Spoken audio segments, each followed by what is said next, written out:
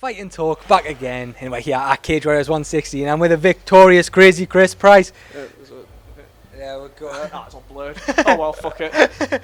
Chris, couldn't ask for much more than that. I know how much when you spoke to Cage Warriors in the video that went out, you were seeing this as almost a rebirth for your career. 100%, mate. Like, a lot of people are saying to me, like, this is redemption, like, you're going to prove everyone wrong and all this, and it's like, no, I was looking at it with a different mindset. I almost looked at it like, this is the start of my career. Like, it's a rebirth. I'm cutting all the way back to scratch. I'm with a new team.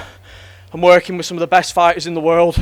And to be honest with you, no disrespect to my past teams that I've been with, they've been incredible. They've got me to this point. But there's a lot of things that maybe I didn't do right at the start that now I'm getting right, finally.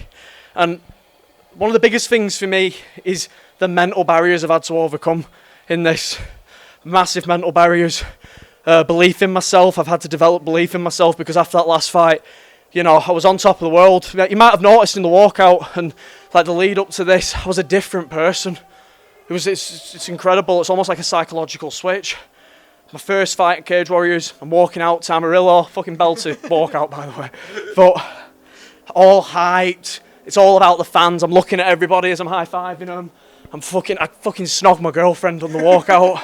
Obviously, I'm not thinking about the fight that night. I'm just thinking about, yeah, I'm on top of the world. I've won. I'm going to go run through this guy.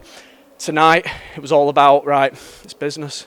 I'm staring at that cage. I'll put my arms out for everyone, but I'm not going to acknowledge anybody. It's just about me. I got in that cage. It's like, just have relaxed arms. It's just a spar. It's just a fucking really hard spar. And, you know, I just thought of it like I'm in the gym. How do you keep track of your emotions then? Because, look, it's almost like back to the scene of the crime. It was the place where you did so for your first loss. And what was that like for you then to get that back and get back in that win column? And just, yeah, like, I guess, emotionally, mentally, what barriers have you had to overcome to ultimately get you in there tonight? So like I was saying, it's a rebirth. So it's almost forgetting the past. Like, that Chris Price was a different Chris Price. That Chris Price, you know, made big mistakes. This Chris Price that went in there tonight was basically another stage of my evolution, like a very, very brand new stage. There's stuff that I did tonight that I would never have done in past fights. It just seemed like a basic finish to a lot of people. It just seemed like got a takedown, some nice grappling, a bit back and forth. Got the rear naked choke, big deal. But there was a lot of like finer details in there that we've drilled, you know.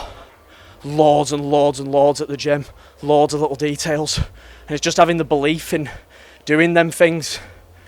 You've mentioned the gym there a couple of times. Of course, this is now your first fight out of next gen.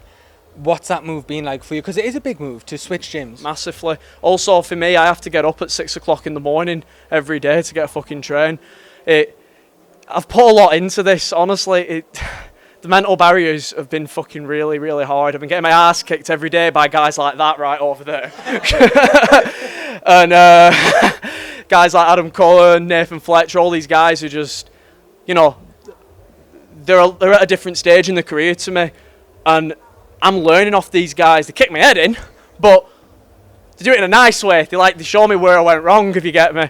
And they're all a beautiful set of lads. I love them all to bits. Yeah, that's for you too, bro. This man let me sleep on his couch a few times. Fucking love him. How does it differ as well? I think, well, there should have been 7 of you on this card, or 8 of you on the card from next to 7. It was going to be 8, but unfortunately, you know, Nathan, some bullshit happened. But you know what it is. He's gonna bounce back from that. He's not disclosed this injury, so we're not going to talk about it. No, of course not. But is he all right? Have you spoken to him since? How is he? He'll live to fight another day. But then, yeah, so being in that gym and having so many people working towards that same date, having the fight camps, having the spar all together, what's that like to have a group around you that are all working towards that same goal on the same day? It's perfect. That's the best word I can put. Perfect. If you want to make it to the UFC, you've got to have a team around you that want the same goals. Like Paul Rimmer wants to produce a UFC world champion. You know, Adam wants to produce a UFC world champion. Ellis does. All the team want to become UFC world champions. We want it for each other. I won that fight. All my team were buzzing for me. If Matt got the win, I would have been buzzing for him. Is Wilson on now?